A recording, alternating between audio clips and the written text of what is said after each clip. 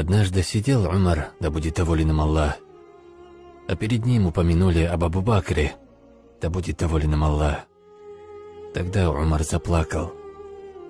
Потом он сказал: «Как бы я хотел для себя одну ночь из жизни Абу Бакра, ночь, в которой он отправился в Медину с пророком, алейхиссалату вассалям. Он всегда ходил то впереди него, то позади него, то справа от него и шел слева от него. Они были только вдвоем, и пророк, алейхиссалату вассалям, спросил его: «О, Абу Бакр, что ты делаешь?»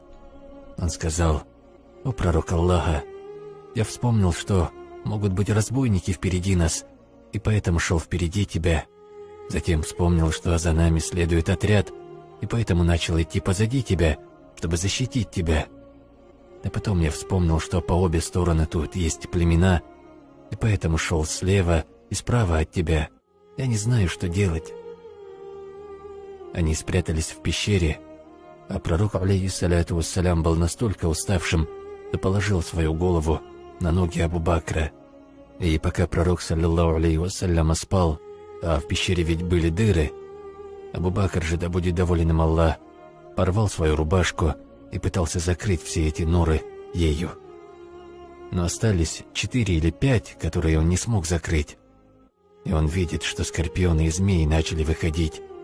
Тогда он закрыл эти норы своими руками и ногами, и эти скорпионы начали кусать и жалить его.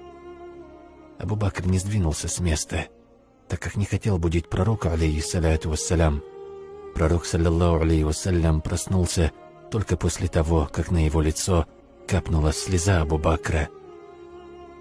Пророк, алейхиссалату вассалям, проснулся и сказал: «Абу Бакр, что это?» Абу Бакр же ответил: «О посланник Аллаха, это моя жизнь за твою жизнь».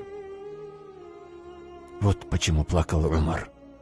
Именно эту ночь хотел бы я, и за одну эту ночь я отдал бы всю свою жизнь.